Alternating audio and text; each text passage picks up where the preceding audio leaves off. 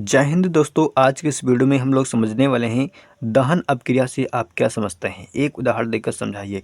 यानी ये क्वेश्चन बहुत शानदार क्वेश्चन है, बहुत इंपॉर्टेंट क्वेश्चन है। क्वेश्चन कक्षा 10 साइंस के पेपर में न जाने कितनी बार रिपीट हो चुका है, तो हो सकता है इस वर्ष भी रिपीट हो जाए। हम जितने भी क्वेश्चन लेकर आते हैं सब रिपीटेड क्वेश्चन लेके आते हैं, ठीक है।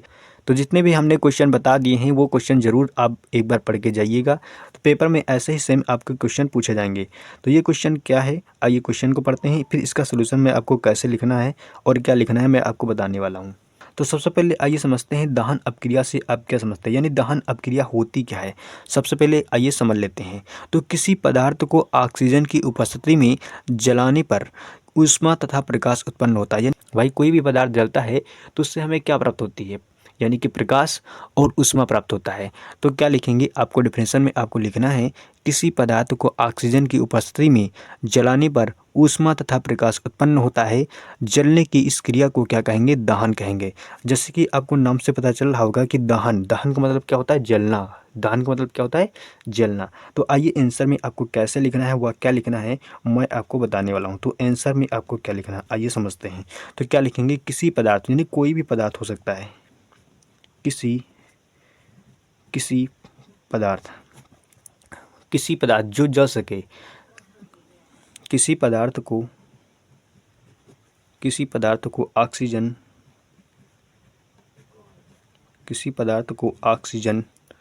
की उपस्थिति ऑक्सीजन की उपस्थिति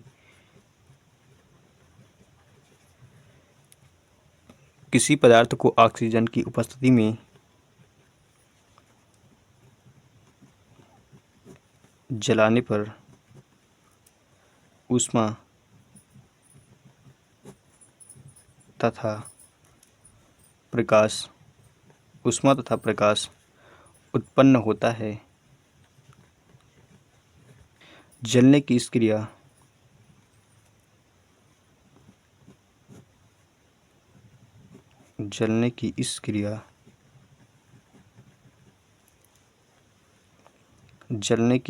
को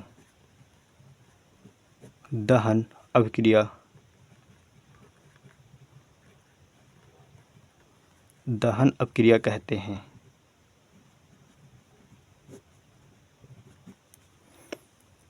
जलने की इस क्रिया को क्या कहेंगे, दहन अपक्रिया कहते हैं। तो किसी पदार्थ को ऑक्सीजन की उपस्थिति में जलाने पर ऊष्मा तथा प्रकाश उत्पन्न होता है। जलने की इस क्रिया को क्या कहेंगे, दहन अपक्रिया कहेंगे। यानी कि कोई भी पदार्थ है, जब उसको ऑक्सीजन मिलेगा तो ऑक्सीजन की उपस्थिति में जब उसको जलाएंगे तब क्या मिलेगा, हमें जलने पर क्या मिलेगा, ऊष्मा तथा प्रकाश उत्पन्न होता है। भाई कोई चीज़ जलेगी तो क्या प्राप्त होगा, ऊष्मा तथा प्रकाश उत्पन्न होगा। जब ऊष्मा और प्रकाश उत्पन्न होगा तब इसी क्रिया को क्या बोलेंगे, दहन, यानी कि दहन अपक्रिया बोलते हैं। तब इस क्रिया को क्या बोलेंगे, दहन अपक्रिया कहते हैं। आई होप आपको समझ में आ चुका होगा कि दहन अपक्रिया किसे कहते हैं। अब इसका एक उदाहरण आपको लिखना है, ठीक है। तो आइए उदाहरण में क्या लिखेंगे समझते हैं।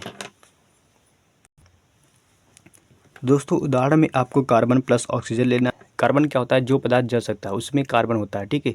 अगर कोई पदार्थ जलता है तो उसमें ज़रूर कार्बन होता है, ठीक है।